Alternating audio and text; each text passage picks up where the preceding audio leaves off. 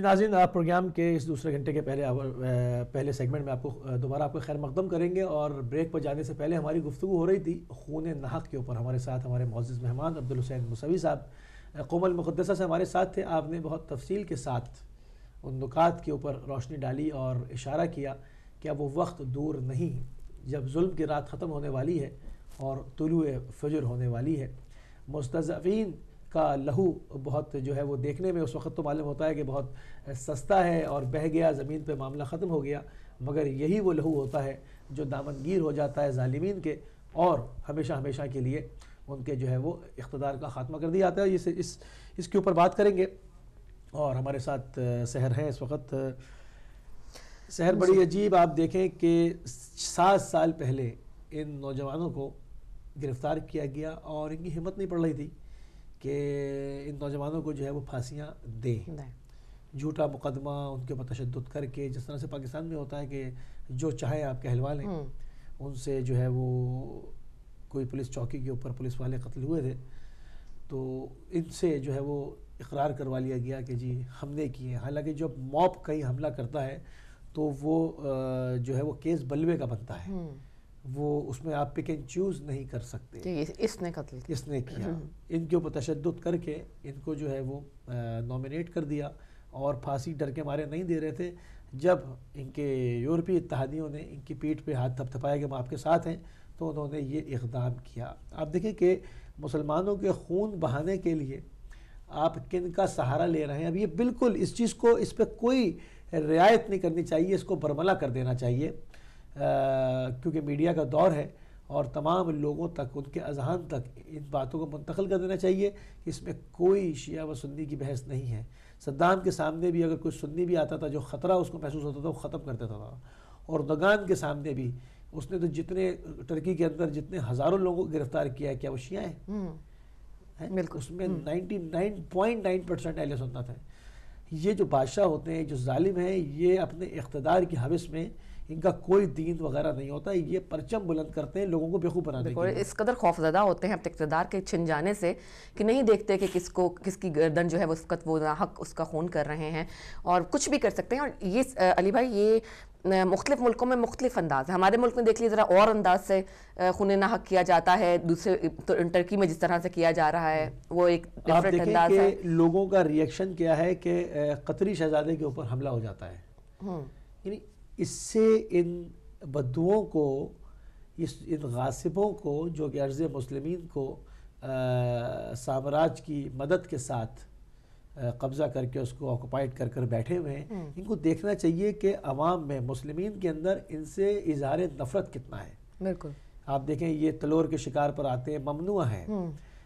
مارخور جو کہ سینگوں والا بڑا بکرا پاکستان کی ایک پہچان تھا، وہ ختم کر دیا مار مار کے، اس کی نسل شاید ختم ہو گئی، اب نہیں پتا کہ وہ باقی ہے یا نہیں۔ یہ وہ حکمران ہے جو انسانوں کو قربان کر دیتے ہیں، تو یہ پھر علی بھائی جانور ہے۔ ان سے بتایا یہ جا رہا ہے کہ یہ کس طرح، بالکل آپ نے درست کہا، مگر یہ عیاشی میں کسی بھی چیز کو نہیں دیکھتے، نہ انسان نہ جانور۔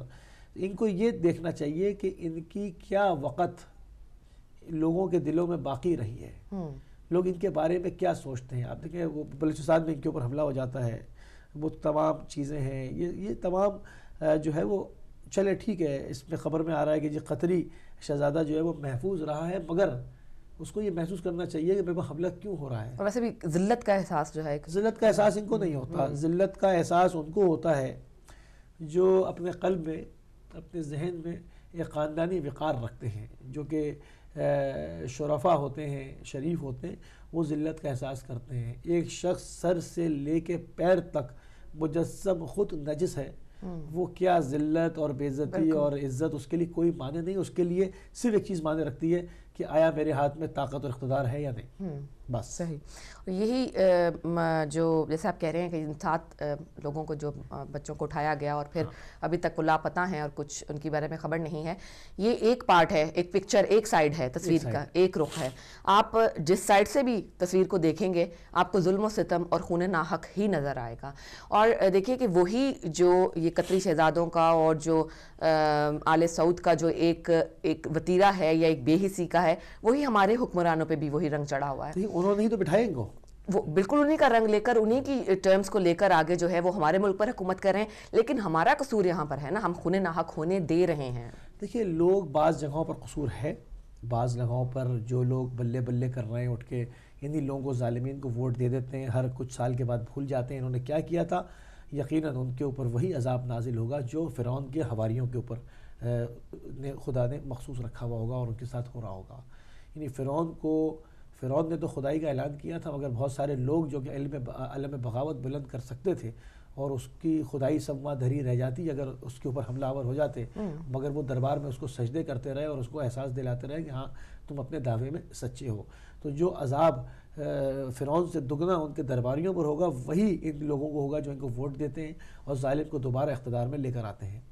یہ تو اس کا ایک پہلو ہے، مگر اس کا ایک پہلو یہ بھی ہے کہ بعض جگہوں پہ لوگوں کو اتنا مجبور، اتنا مظلوم کر دیا گیا ہے کہ آپ دیکھیں کہ اگر آپ تھوڑی سی پہلے پاکستان پہ بات کر لیں، پھر جو ہے وہ اس کو انٹرنیشنلی ڈیفرنٹ جگہوں پر دیکھیں گے کہ کوئی آپ بڑا شہر مجھے بتائیں، کوئی بڑا صوبہ بتائیں جہاں پر کسی ایک پارٹی کے غنڈوں کے انڈر میں عوام نہ ہو، آزاد ہو گئی. آپ مجھے بتا دیں کیا کوئی سندھ میں رہ کر پیپلز پارٹی کے خلاف آواز اٹھا سکتا ہے؟ کوئی کراچی میں رہ کر MKM کے خلاف آواز اٹھا سکتا ہے؟ یا اٹھا سکتا تھا یوں کہہ لیں، مگر ابھی بھی لوگ ڈرتے ہیں. کیا پنجاب میں بعض جگہوں مسلم لیگ نون کے خلاف آواز اٹھ سکتی ہے؟ نہیں. وہاں پر ان کے ساتھ ماڈل ٹاؤن جیسا سہانیہ پیش آ جاتا ہے، 12 مئی جیسی سچویشن ہو جاتی ہے. یہ کہہ سکتے ہیں کہ ہر علاقے میں امریت ہے اپنی طرز کی، مختلف شکلیں ہیں تاکہ لوگ کہیں سے وہ معاملات ان کے خلاف پاپ اپ نہ ہوئیں. اور علی بھائی ایک مایوسی سی بھی تو چھا جاتی ہے یہ سوچ کر کہ جب یہ پورے کے پورے گاؤں اور پورے کے پورے جو صوبے ہیں وہ جاگیرداروں کے ہاتھوں میں ہیں یا چوہدریوں کے ہاتھوں میں ہیں یا جو جس طرح سے بنا ہوا ہے، تو کب ان کو آزادی ملے گی؟ کب عقل آئے گی؟ کب دیکھیں تعلیم نہیں پہنچے گی تو شعور بھی نہیں آئے گا. دیکھیں یہ تمام جو سلسلہ ہے یہ آج کل چونکہ دنیا ایک گلوبل ولیج ہو گئی ہے اور ہر ایک کے معاملات ایک دوسرے کے ساتھ نتھی ہوئے ہیں، کنیکٹڈ ہیں سب. ہم نہ سب سے الگ تھلگ ہو کر جی سکتے ہیں اور نہ ہم سب سے الگ تھلگ ہو کر کہیں پر جنایت بھی کر سکتے ہیں. یہ تمام ایک ویو ہے، ایک دجال کا ایک خروج ہے. یہ ایک شیطانی سسٹم کے خون آلود پنجے ہیں جو اس نے پوری دنیا پر گاڑے ہیں.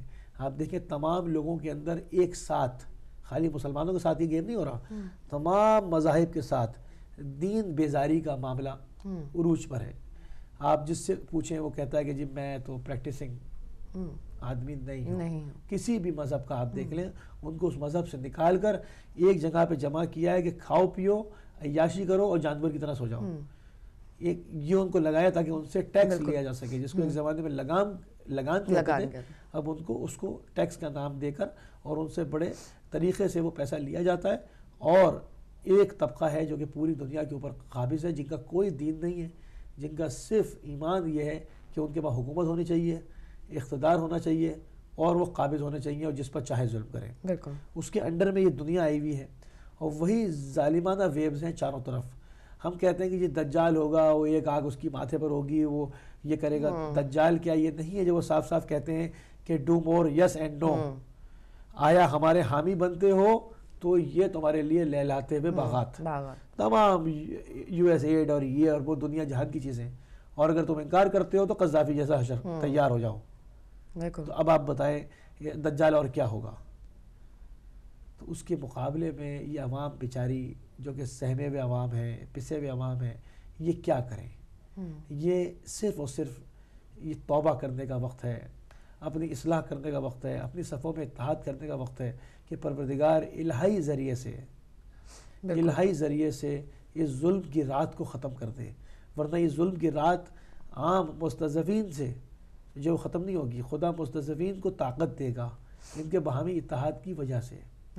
جو ہمارا وظیفہ بنتا ہے اس وقت، جو مسلمین کا وظیفہ بنتا ہے اس وقت، جب مسلمان یہ کام کر کے دکھائیں گے تو عیسائیوں کے پسے ہوئے لوگوں کو ہوش آئے گا، یہودیوں کے پسے ہوئے لوگوں کو ہوش آئے گا، پارسیوں کے پسے ہوئے لوگوں کو ہوش آئے گا، بدھسٹ پسے ہوئے جو ہیں ان کو ہوش آئے گا.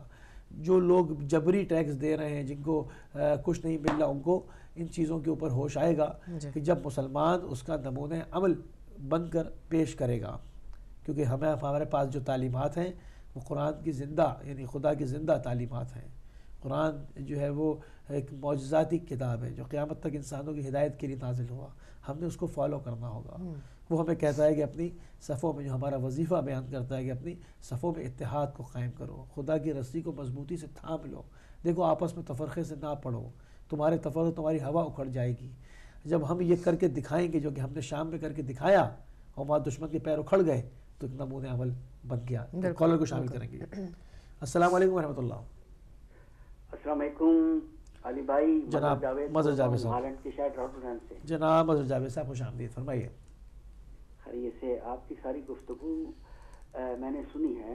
اس میں سے چلیں کل جو ہے انٹرنیشنل پالیٹکس میں کروں گا جو سنیرو آ رہا ہے.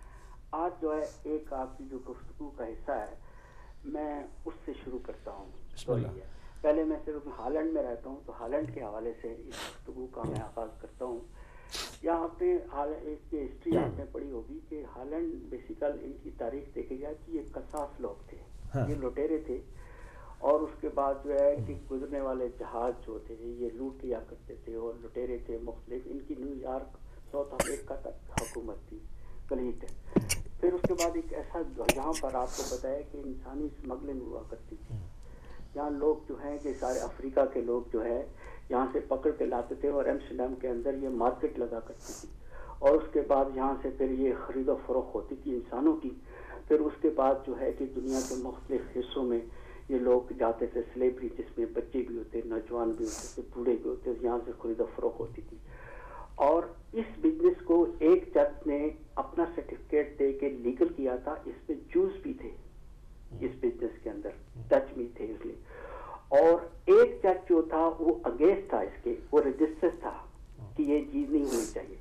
آخر دونوں ججوں کے درمیان ایک کشیدگی بڑھی، ایک جنگ بڑھی اور ایک جج جو ہے جو کہ کہہ رہا تھا کہ یہ انسانی اسمگلنگ نہیں ہونی چاہیے وہ ون ہو گیا اور یہ چیز انہوں نے ختم ہو گئی.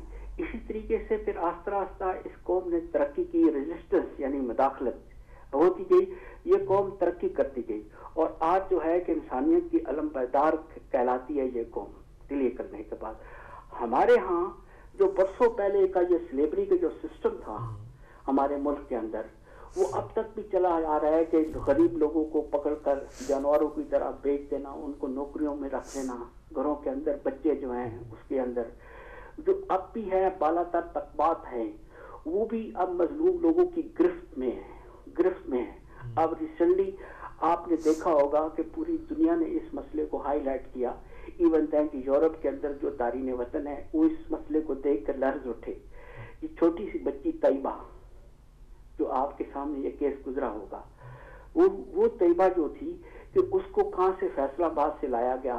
ایک ایم پی اے نے جو ہے کہ اپنے جو ایک بالا تر شخص تھا، ایک سینئر سیشن جج تھا جو کہ اسلام آباد میں تھا اور اس کے ہاں اس کو بیچاری کو فروخت کر دیا گیا 18,000 میں اور اس کے ماں باپ نے اس کو فروخت کر دیا. وہ غریب تھے. وہ آگے یہ ٹریل چلی اس پہ کس طریقے سے تشدد ہوتا تھا.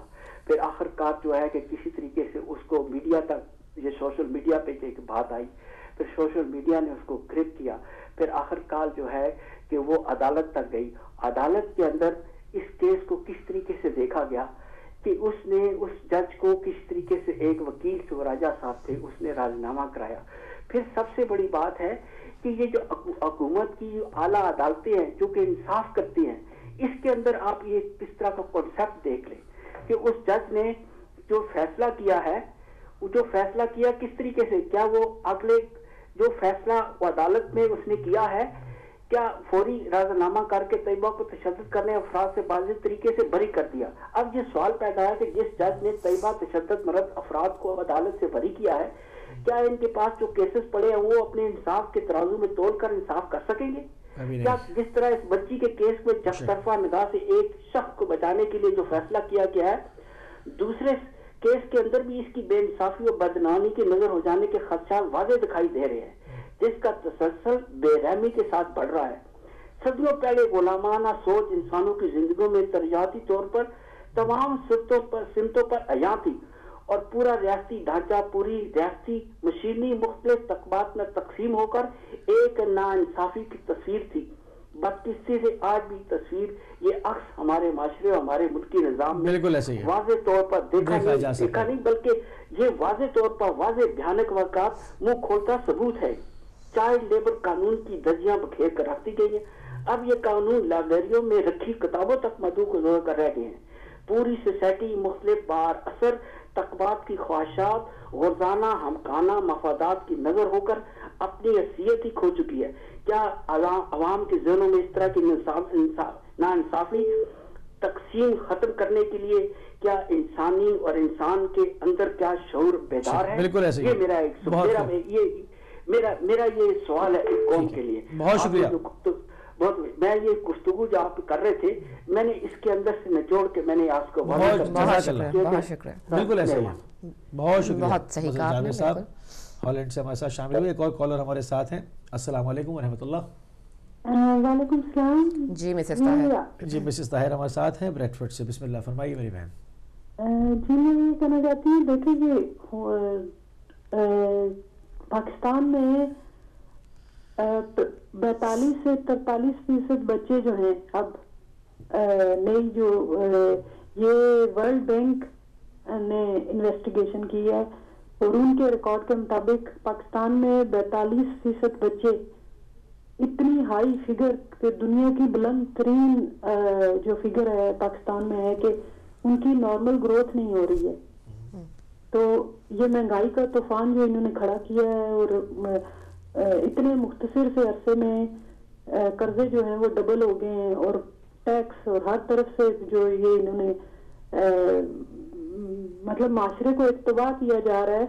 ہالینڈ میں یا یورپ میں یا جب کوئی حالات ایسے تھے تو وہ گریجولی پروگریس کیا انہوں نے، وہ حالات اور تھے۔ یہ 21ویں صدی ہے، انٹرنیٹ کا زمانہ ہے اور بہت سے لوگ ایسے پولیٹیکل جو پارٹیاں ہیں ان کو جسٹیفیکیشن دیتے ہیں ادھر ادھر سے باتیں کر کے، لیکن وہ حالات جو ہوتے ہیں وہ گریجولی قومیں جو ہیں ان سے نکلتی ہیں آہستہ آہستہ اور پھر ایک مقام حاصل کرتی ہیں۔ یہ نہیں کہ چند افراد اوپر آ کے قابض ہو جائیں ہر چیز کے اوپر اور وہ تہس نہس کر دیں اور یہ آپ کہیں کہ چپ کر کے بیٹھ جائیں کہ یہ تو ایک نظام اچھا ہو جائے گا۔ ایسے نظام اچھے نہیں ہوتے بلکہ تباہ ہو جاتے ہیں معاشرے، ملک تباہ ہو جاتے ہیں۔ آپ پھر ارد گرد کے ماحول کو دیکھیں، افغانستان دیکھیں، شام دیکھیں، ایران دیکھیں، ہر طرف جو یہ ایران کو تو خیر ٹھیک ہے لیکن وہ کہتے ہیں کہ آج اگر میں ضد پہ ہوں تو خوشگمان ہوں، چراغ سب کے بجھیں گے۔ تو وہ بات ہے کہ جو انہوں نے جو شروع کی ہوئی ہے ایک ان حکمرانوں کو ہمارے اوپر مسلط کیا ہوا ہے، 45% بچوں کی گروتھ نہیں ہو رہی اور ہمارے وزیر اعظم کہتے ہیں کہ ترقی کی انتہا ہے۔ کراچی میں کوڑے کے اتنے بڑے بڑے ڈھیر ہیں اور ان کے اوپر سے ٹافن جو پھیل رہا ہے اس سے مر رہے ہیں لوگ، کتنے لوگ جو ہیں وہ چارپائیوں پر پڑے ہوئے ہیں اس جراثیموں کی وجہ سے۔ بالکل ایسے ہی اس چیز کے اوپر انہیں شرم سے ڈوب مرنے چاہیے کہ دیکھیں کہ اپنے ترقی ہو رہی ہے ان کی دولت میں، ان کے پلازوں میں، ان کی جائیدادوں میں، ان کی ہر چیز میں ترقی ہو رہی ہے اور پاکستان میں جو ہے وہ اب کراچی میں ہزاروں لوگ مارے گئے، سب کو پتا تھا کون ہے اس کے پیچھے، کون کر رہا ہے سارا کچھ، لیکن سر عام سڑکوں کے اوپر لوگوں کو مار دیا جاتا تھا، سب کو پتا تھا لیکن میڈیا نے کبھی نہیں ڈسکس کیا۔ انہیں جو لوگ ذمہ دار تھے ان کو بٹھا کے انہیں سے لیتے ہیں کہ آپ لوگ ہمیں بتائیں۔ ظاہر ہے وہاں کا جو منسٹر ہے ڈیفینڈ کرے گا اپنے آپ کو، بہت شکریہ، ڈیفینڈ کرے گا۔ آپ ان کو بٹھا کے جو کراچی کے لوگ ہیں، جو عام پبلک ہے، اس کو کیوں نہیں سامنے لاتے، ان سے کیوں نہیں سوالات؟ بالکل ان سے سوالات کریں تو حقیقت واضح ہو۔ بہت شکریہ، بہت شکریہ۔ بالکل ایسے ہی ہے۔ دیکھیں ہر جگہ پر جو ہم وہی بیان کر رہے تھے کہ ہر جگہ پر جو طبقاتی تقسیم کی ہوئی ہے اور ہر جگہ کے گروہ کو ایک طاغوت کے زیر اثر دے دیا ہے، یہ وہی طاغوتی پنجے ہیں۔ اب اس سے نہ قبلہ اول محفوظ رہا، نہ خانہ کعبہ وہی سرزمین محفوظ رہی۔ لوگ بہت عرصے تک تو خادم سمجھتے رہے، آج پتہ چلا خادم ابھی بھی کچھ سمجھتے ہیں، بہت ایک بڑا طبقہ بھی ہے، وہ ریال خور ہیں، وہ ریال خور ہیں، عام آدمی سمجھ چکا ہے۔ کالر کو شامل کرتے ہیں۔ السلام علیکم ورحمۃ اللہ۔ وعلیکم السلام جناب۔ جناب علی محمد افضل صاحب جرمنی سے۔ جناب بات یہ ہے جی کہ تاریخ یہ بتاتی ہے کہ یزید کمینہ جو ہے نا اس نے خون ناحق کیا تھا، اور آج کل کے دور میں چور چکے اور ڈڈو پلوان جو ہے نا وہ خون ناحق کرتے پھرتے ہیں۔ آؤ کہ جی خدا حافظ۔ خدا حافظ، شکریہ۔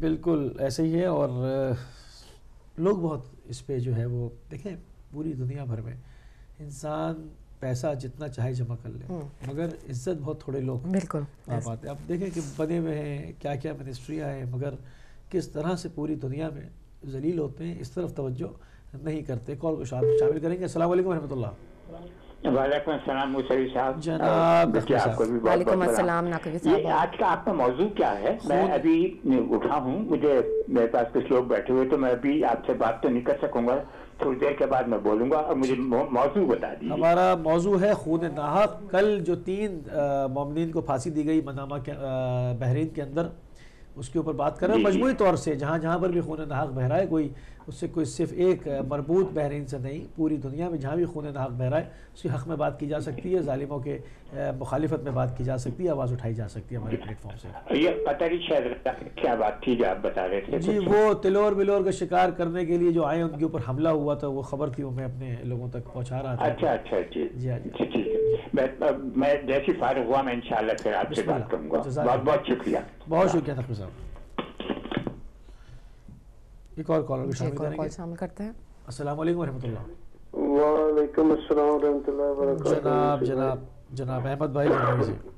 ہاں جی بہن کو بہت بہت سلام۔ وعلیکم السلام۔ بہت اچھا موضوع ہے، لیکن اس موضوع کی طرف جن لوگوں کی توجہ دلانے کی کوشش کی جاتی ہے وہ ان کے کان تو پتہ نہیں جوں بھی رینگتی ہے کہ نہیں، جنہوں نے یہ خون کا بازار گرم کر رکھا ہے، بلکہ ان سے مشورے لیے جاتے ہیں اور ان کی بات کو جناب عواموں میں پہنچانے کے لیے جو بیٹھے ہوتے ہیں ان کے سرکردہ وہ ساتھ لے کے چلتے ہیں، بلکہ اتفاق کے لیے کہتے ہیں کہ 17 تاریخ کو جو میٹنگ ہونی ہے اس کے لیے سب ایک دوسرے کو اکٹھا کرو، اور یہ باتیں آگے جو ہے عدالت کی جو ہے سبکی کر کے بیٹھی ہوئی ہے۔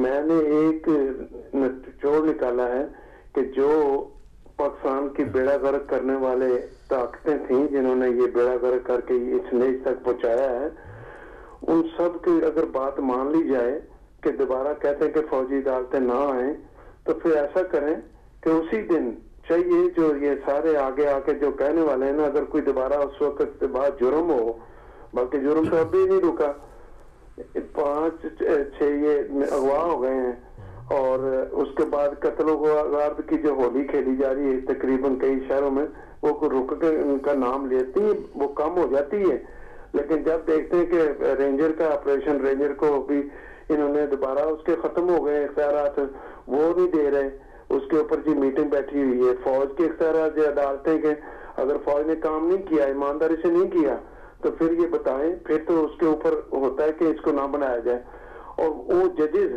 جن کو یہ لانا چاہتے ہیں ان کو بلا کر پوچھا جائے کہ کیا آپ ہمیں انصاف والے فیصلے کر کے دیں گے؟ جب ان کو بلا کے مولوی کے سامنے جو یہ فوج کی عدالتوں کے خلاف بیان دے رہے ہیں ان کو اور ان مولویوں کو سب کو اکٹھا کر کے وہ جن سے یہ فیصلے لینا چاہتے ہیں ان سے پوچھیں وہ کیوں نہیں دیتے، اور یہ کس لیے کہتے ہیں کہ یہ فیصلہ فوجی عدالتیں نہ بنائی جائیں؟ وہ اس لیے کہ تاکہ ان کے چیلے چانٹے دوبارہ وہی بازار گرم کر دیں، خونی ماحول دوبارہ لے آئیں جو ختم کیا فوج نے، تو اس وجہ سے یہ کہہ رہے ہیں۔ اور مجھے وہ کسی نے کل ٹی وی پہ کہہ رہا تھا اسلامی جمہوریہ پاکستان نام تو رکھ دیا ہے، لیکن اس کا یہ نام کے ساتھ کوئی تعلق ہے جو انہوں نے بنا دیا ہے؟ بنانے والے تو فوت ہو گئے جنہوں نے اپنی قربانیاں دی، جانیں دی، وہ تو چلے گئے، لیکن انہوں نے کیا کیا ہے؟ اس کے بعد اس نے بتا رہا تھا کہ اگر کسی کے گھر بچہ پیدا ہو اور وہ پیدائشی نبینا ہو، جس کی آنکھوں میں روشنی ہوئی نہ نور ہوئی نہ، اور اس کا نام نور دین رکھ دیا جائے، تو پھر یہ جو اسلامی جمہوریہ پاکستان کے نام کو بدنام کر رہے ہیں مولانا صاحب فضل الرحمان یا سمیع الحق یا وہ جو جنگوی ٹولہ، یہ سارے یہ پیچھے جو نا ان کے پیچھے پوری ایک لائن ہے اسلامی جماعت کا دیکھنا، انہوں نے ان کے جنازے نہیں پڑھے جنہوں نے فٹ بال کھیلا تھا ہماری فوج کے آرمی کے جوانوں کی گردنوں کے ساتھ، تو پھر یہ وہی دوبارہ یہ چاہتے ہیں کہ وہی مولا جائے اور فوج نہ آئے. تو ان کو سب سے پہلے اس دن پکڑ لینا چاہیے کہ چلو عدالتیں شروع کریں کام. جب وہ عدالتیں سول عدالتیں آئیں گی اور ان کے مولویوں کا جب کوئی مولوی پکڑا جائے تو 3,000 کا جلوس لے کے چلے جاتے ہیں اس جج کی عدالت کے باہر کہ تیری کرسی تیرا جلا دیں، تیرا گھر بار. اور کیا انہوں نے، کتنے ججز میں مارے، کتنے پولیس والے انہوں نے مارے. اور یہ پھر وہی چاہتے ہیں کہ وہی ان کو تو بالکل جو نا ذرا بھی یہ چھٹی مل جائے یہ تو وہی کام دوبارہ شروع کر. یہ کون سا اسلام کا نام دے کر یہ کام کرتے ہیں؟ کون سے دین میں یہ لکھا ہوا ہے؟ بالکل ایسے ہی ہے. لیکن یہ بتا دوں، یہ کسی جن بزرگوں نے یہ لکھی چیزیں، خون شہیدان امت کا ہے کم نظر آئے گا، کب گیا تھا کہ اب جائے گا. ہر شہادت تیرے دیکھتے دیکھتے پھول پھل جائے گی، پھول پھل لائے گی. خدا حافظ. بہت شکریہ، جزاک اللہ. بہت شکریہ جی. اب ہم جائیں گے بریک کی طرف. ناظرین بریک کے بعد واپس آئیں گے تو انشاءاللہ آپ کی مزید کالز کو شامل کریں گے. لیتے ہیں ایک چھوٹا سا وقفہ.